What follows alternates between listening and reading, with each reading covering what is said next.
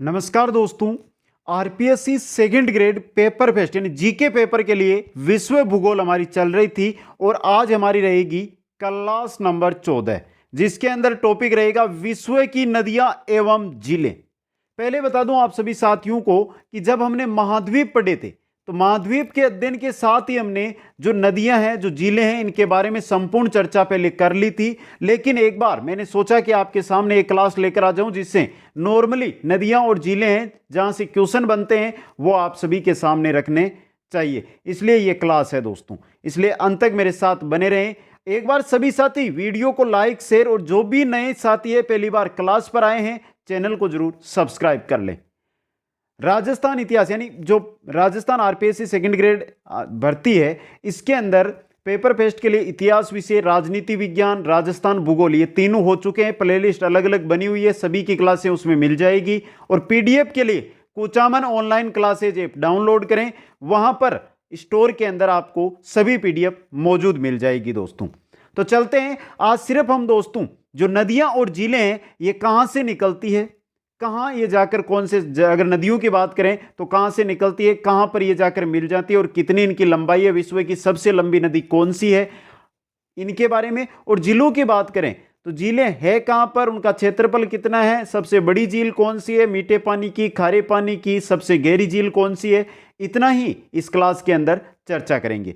तो चलते हैं दोस्तों विश्व की प्रमुख नदियां। सबसे पहले हम अध्ययन करने जा रहे हैं नदियों का दोस्तों। तो मित्रों देखिए नाम, कौन सी नदी है, कहां से निकलती है, कहां पर यह गिरती है और इसकी लंबाई कितनी है इसके बारे में।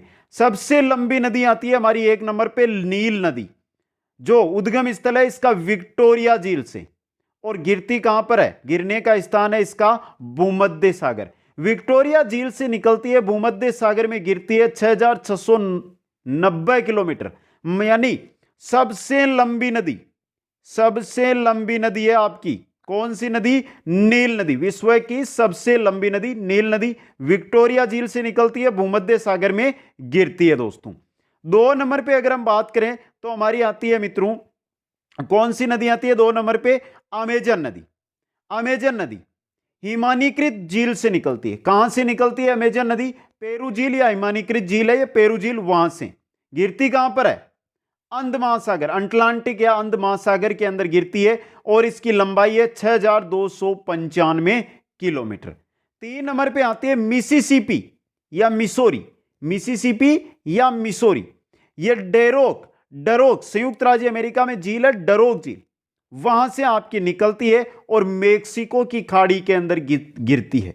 डरोक या इसको इस्तस्का झील भी कहा जाता है, इस्तस्का झील भी इसको कहा जाता है। और मिसिसिपी मिसोरी की जो लंबाई है वो है 6240 किलोमीटर। आगे चलें तो 4 नंबर पे आती है हमारी यांगसी नदी। यांगसी नदी ये निकलती है तिब्बत के पठार से, चीन में बहती है और चीन के सागर के अंदर ये गिर जाती है। इसकी लंबाई है 5790 किलोमीटर, 5790 किलोमीटर। 5 नंबर पे हमारी नदी आती है ओबे नदी।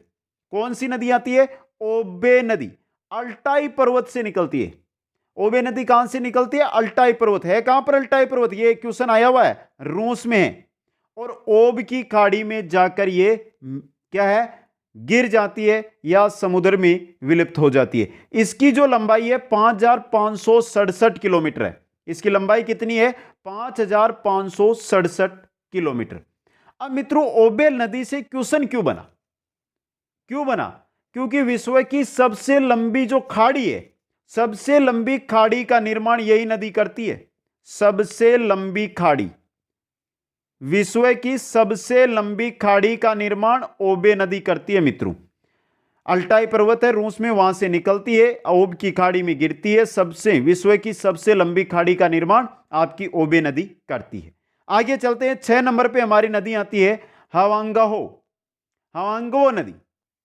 मित्रों ये चीन में है और कूनियन पर्वत से निकलती है और चीन की खाड़ी में गिरती है।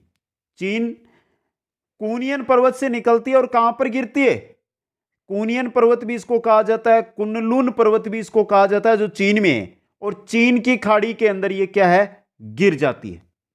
इसकी लंबाई की बात करें तो 4660 किलोमीटर इसकी लंबाई है। और इससे क्वेश्चन क्यों बन सकता है, क्यों? क्योंकि हवांगो जो नदी है इसको चीन का शोक भी कहा जाता है, तो चीन का शोक हवांगो नदी को कहा जाता है। नेक्स्ट है हमारी यनीसी नदी, 7 नंबर पर है यनीसी नदी, जो आपकी निकलती है तानाओसा पर्वत से। कहां से निकलती है? तानाओसा पर्वत से, और आर्कटिक सागर में गिरती है। 4500 किलोमीटर इसकी क्या है? कुल लंबाई है दोस्तों। आगे चलें तो आगे आती है हमारी कांगो नदी। कांगो नदी 8 नंबर पे। अब बात करें कांगो नदी, कांगो नदियों ये कहां से निकलती? कांगो नदी देखिए लुआलिया और लाआपुला नदी का संगम, यानी दो नदियां वहां का संगम होता है, फिर ये आगे नदी निकलती है, समझे मित्रों, और अटलांटिक महासागर के अंदर गिर जाती है, अटलांटिक महासागर या अंध महासागर। कुल लंबाई की बात करें तो 4370 किलोमीटर इसकी लंबाई है। अब ये इंपॉर्टेंट क्यों बनेगी? क्योंकि ऐसी नदी है जो विषुवत रेखा है ना उसको 2 बार काटती है। ये अगर आपकी विषुवत रेखा है तो 2 बार, 3 बार हो गई मित्रों, ये तो 2 बार काटती है, विषुवत रेखा को 2 बार काटती है आपकी कांगो नदी, इसलिए इंपॉर्टेंट क्वेश्चन यहां पर बन सकता है। और कांगो नदी से अगर यह क्वेश्चन बनेगा तो आपका बन सकता है कि कांगो नदी के बेसिन में कौन सी जनजाति निवास करती है, तो आपको याद रखना है कौन सी है? पिग्मी जाति, पिग्मी जनजाति इसके बेसिन में निवास करती है। आगे बात करें 9 नंबर पे नदी आती है नाइजर, जो गुआना से निकलती है और गुआना की खाड़ी में गिर जाती है। गुआना से निकलकर गुआना की खाड़ी में, इसकी लंबाई की बात करें तो 4180 किलोमीटर इसकी कुल लंबाई है दोस्तों। 10 नंबर पे हमारी नदी आएगी मिकांग नदी, जो तिब्बत का पठार है वहां से यह निकलती है और दक्षिणी चीन सागर के अंदर गिरती है। मिकांग के पठार से निकलती है, दक्षिणी चीन सागर के अंदर यह नदी है जो गिरती है, इंपॉर्टेंट क्वेश्चन है, और 4023 किलोमीटर इसकी कुल लंबाई है। 11 नंबर पे है मिसिसिपी, 11 नंबर पे है मिसिसिपी। मिसिसिपी मिसौरी अलग है, यह मिसिसिपी है मित्रों, जो इस्तासाका जो इट्टासा मिसिसिपी मिसौरी निकलती है ना इस्तासाका झील से, मिसिसिपी नदी है ये इटासा झील से निकलती है और मेक्सिको की खाड़ी के अंदर गिरती है। इसकी कुल लंबाई की बात करें तो 3779 किलोमीटर इसकी कुल लंबाई है। आगे चलते हैं। मुख्य बात है जब तक भारत की नदी का नाम नहीं आएगा तब तक हम नदियों का अध्ययन करते जाएंगे। 12 नंबर पे हमारी नदी आएगी मिसौरी। मिसिसिपी और मिसौरी ये दोनों नदियां जब मिलती है तब आगे नदी बन जाती है मिसिसिपी मिसौरी, ये अलग अलग है। जेफरसन और मेडिसन के संगम से, ये दो नदियां हैं जेफरसन और मेडिसन, इनके संगम से मिसौरी नदी निकलती है और मिसिसिपी नदी, जो मिसिसिपी नदी है मिसिसिपी उसके अंदर विलुप्त हो जाती है और इसकी कुल लंबाई है 3730 किलोमीटर। 13 नंबर पे आएगी वोल्गा नदी, जो बल्डाई पठार से निकलती है और कैस्पियन सागर के अंदर गिरती है। 3685 किलोमीटर इसकी कुल लंबाई है दोस्तों। आगे चलते हैं। 14 नंबर पे आती है हमारी सेंट लॉरेंस नदी। सेंट लॉरेंस नदी कहां से निकल रही है? ओंटारियो झील से निकलती है और सेंट लॉरेंस की खाड़ी में गिरती है। तो सेंट लॉरेंस नदी सेंट लॉरेंस खाड़ी के अंदर गिर जाती है। 3058 किलोमीटर इसकी कुल लंबाई है। बात करते हैं ब्रह्मपुत्र नदी। ब्रह्मपुत्र नदी मानसरोवर झील से निकलती है और कहां पर गिरती है? बंगाल की खाड़ी में। तो पहली नदी है जो भारत में बहने वाली आ गई है ब्रह्मपुत्र नदी, चीन की और भूटान में बहती हुई भारत के अंदर आती है, बांग्लादेश में चली जाती है आगे। तो मानसरोवर झील से निकलती है, बंगाल की खाड़ी में गिरती है और कुल लंबाई है 2900 किलोमीटर दोस्तों। आगे चलते हैं। आगे है हमारी सिंधु नदी। कौन सी है? सिंधु नदी, जो मानसरोवर झील के निकट से निकलती है, अरब सागर में गिरती है और कुल लंबाई है 2880। है भारत की नदी लेकिन पूर्ण रूप से भारत में नहीं है। तो मानसरोवर झील के निकट से निकलती है, अरब सागर में गिरती है, कुल इसकी लंबाई है 2880 किलोमीटर। 17 नंबर पे आएगी डेन्यूब नदी। यह कहां से निकलती है? ब्लैक फॉरेस्ट से निकलती है और कहां पर गिरती है?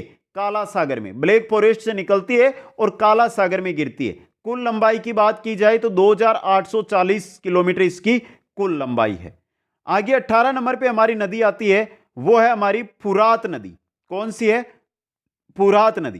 कारासुन और मूरत नदी के संगम से, दो नदियां हैं कारासुन और मूरत, इन दो नदियों के संगम से फुरात नदी निकलती है। सत अल अरब के अंदर यह जाकर क्या हो जाती है? विलय हो जाती है। कुल लंबाई की बात करें तो 2799, लगभग 2800 किलोमीटर इसकी लंबाई है। 19 नंबर पे हमारी नदी आती है डार्लिंग नदी, मर्रे डार्लिंग, ऑस्ट्रेलिया महाद्वीप की सबसे लंबी नदी है ना मित्रों। तो डार्लिंग नदी है ऑस्ट्रेलिया देश में, ऑस्ट्रेलिया से निकलती है, और मर्रे नदी है, डार्लिंग नदी आगे जाके किस में गिर जाती है, मर्रे नदी के अंदर, और इसकी लंबाई है 2740 किलोमीटर दोस्तों। आगे देखिए, डार्लिंग हमने देख ली, डार्लिंग के बाद आती है हमारी मर्रे नदी 20 नंबर पे, ऑस्ट्रेलियन आल्पस से, पर्वतीय आल्पस श्रेणी वहां से निकलती है और हिंद महासागर के अंदर गिरती है। इसकी लंबाई की बात की जाए तो 2589 किलोमीटर इसकी कुल लंबाई है दोस्तों। आगे चलते हैं, और 21 नंबर पर अगर हम बात करें तो हमारी आती है यूराल नदी, जो यूराल नाम से ही पता चल जाएगा, यूराल पर्वत से निकलती है और कैस्पियन सागर के अंदर जाकर गिर जाती है। इसकी कुल लंबाई की अगर हम बात करें तो 2530 किलोमीटर इसकी कुल लंबाई है। आगे देखिए, आगे है गंगा नदी। गंगा नदी निकलती है गोमुख हिमानी से और बंगाल की खाड़ी में गिरती है, 2500 किलोमीटर के पास, 2500 किलोमीटर के आसपास इसकी कुल लंबाई है दोस्तों। तो यह थी विश्व की जो मुख्य नदियां हैं। बाकी इन सभी नदियों के बारे में जब हमने महाद्वीप पढ़े थे तो महाद्वीप टॉपिक ऐसे करवाया था कि चाहे पर्वत हो, चाहे पठार हो, चाहे मैदान हो, चाहे रेगिस्तान हो, चाहे झीलें हो, चाहे नदियां हो, चाहे देश हो, सब उनके बारे इनके बारे में संपूर्ण जानकारी हर एक महाद्वीप के अंदर आपको दी थी दोस्तों। तो नदियां हमारी कंप्लीट हो चुकी है, मुख्य 22 नदियां जो बनती है मैंने रख दी। अब बात करते हैं विश्व की झीलों की। यहां से आपके अच्छे अच्छे क्वेश्चन बन सकते हैं। विश्व की झीलें, चलते हैं मित्रों विश्व की झीलों की ओर। अब देखिए मित्रों, कहां जो झील का नाम है, स्थान कहां पर स्थित है और कितना इसका क्षेत्रफल है, इतनी जानकारी आज यहां पर दी जाएगी। तो चलते हैं, 1 नंबर पे आपकी कौन सी झील आ रही है। यहां से देखिए मित्रों, कैस्पियन सागर और सुपीरियर झील, ये 2 झीलें आ रही है, दोनों ही इंपॉर्टेंट है आपके लिए। क्यों है मित्रों? कैस्पियन सागर विश्व की सबसे बड़ी झील, चाहे सीधा क्वेश्चन बने ना कि विश्व की सबसे बड़ी झील, तो आपको करना है कैस्पियन सागर। अगर यह क्वेश्चन बने कि विश्व की खारे पानी की सबसे बड़ी झील, तो भी आपको क्या करना है, कैस्पियन सागर। ऐसा क्वेश्चन बने कि मीठे पानी की सबसे बड़ी झील, तब आपको करना है सुपीरियर झील। समझे मित्रों? तो कैस्पियन सागर है, विश्व की सबसे बड़ी है, खारे पानी की सबसे बड़ी झील है, जो पूर्व सोवियत संघ तथा इराक के अंदर स्थित है। इसके क्षेत्रफल की बात की जाए, क्षेत्रफल की दृष्टि सबसे बड़ी है, तो 3,93,898 किलोमीटर इसका कुल क्षेत्रफल है।